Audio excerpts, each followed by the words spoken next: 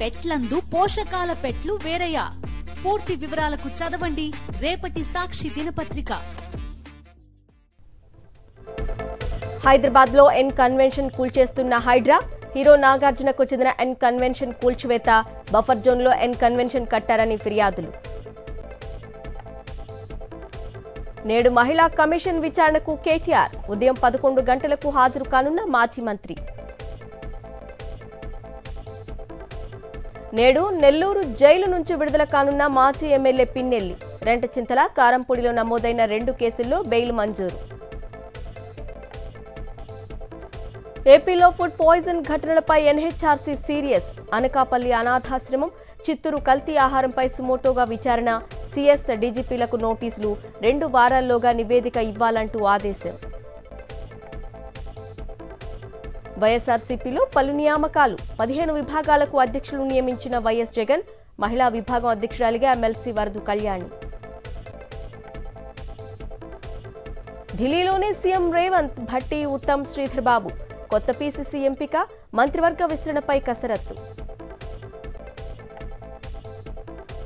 BC నేతకే Telangana PCC అధ్యక్ష పదవి. మహేష్ కుమార్ గౌడ్కు పీసీసీ చీఫ్ దక్కే ఛాన్స్. నేడో రేపో పీసీసీ అధ్యక్షుని ప్రకటించే అవకాశం.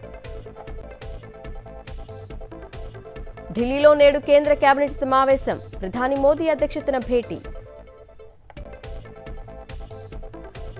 తెలంగాణలో కాంగ్రెస్ నేతలు అరాచకాలు సృష్టిస్తున్నారు. తుంగతుర్తి నియోజకవర్గంలో జరిగిన ఘటనపై డీజీపీకి బీఆర్ఎస్ ఫిర్యాదు.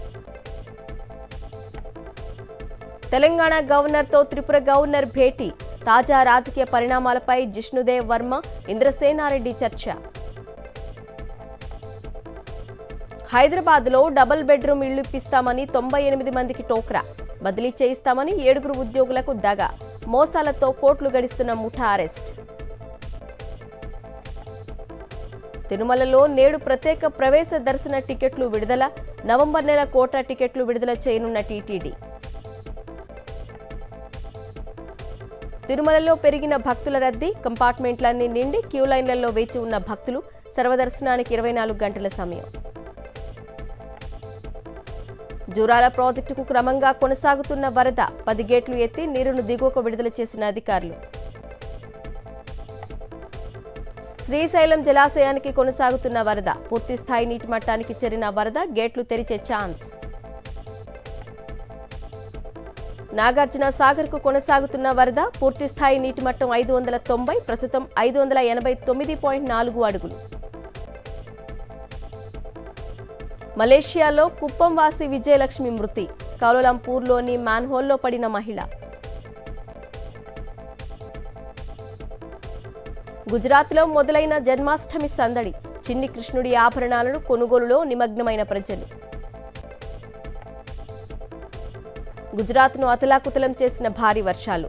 నరోడా, మెమ్కో, కోటాపూర్ను ముంచేసిన వరదలు. చంద్రయాన్ 4, చంద్రయాన్ 5 ప్రయోగాలపై ఇస్రో కీలక అప్డేట్. ప్రాజెక్టు డిజైన్ పూర్తి. కేంద్రం అనుమతి కోసం వెయిటింగ్ అన్న చీఫ్ సోమనాథ్. కోల్కతాలో ట్రైనీ డాక్టర్ హత్యాచారంపై కొనసాగుతున్న నిరసనలు. జస్టిస్ ఫర్ అభయ అంటూ నినాదాలు. రష్యా యుక్రెయిన్ వార్లో భారత్ తటస్థంగా లేదు. విమర్శలకు రణక్షేత్రం నుంచే జవాబిచ్చిన ప్రధాని మోదీ. సునీత విలియమ్స్ తిరుగు ప్రయాణంపై ఉత్కంఠ. ఇవాళ సమావేశం కానున్న నాసా ఉన్నతాధికారులు. భారత star opener Shikhar Dhawan retirement ప్రకటన. ఇంటర్నేషనల్, డొమెస్టిక్ క్రికెట్లో తన ప్రయాణాన్ని ముగిస్తున్నట్లు వెల్లడి. బంగ్లాదేశ్ క్రికెటర్ షకీల్ అల్ హసన్ పై హత్య కేసు. రూబెల్ మర్డర్ కేసులో షకీల్ను నిందితుడిగా చేర్చిన పోలీసులు. మాజీ ప్రధాని హసీనాతో పాటు 154 మందిపై కేసు నమోదు. నటి హేమపై బ్యాన్ ఎత్తేసిన మా అసోసియేషన్. మీడియాతో మాట్లాడొద్దని నటి హేమకు సూచన. టాలీవుడ్ హీరో రవితేజకు షూటింగ్లో గాయాలు. హైదరాబాద్ యశోద ఆసుపత్రిలో శస్త్రచికిత్స. 6 వారాల పాటు విశ్రాంతి తీసుకోవాలంటూ వైద్యుల సూచన.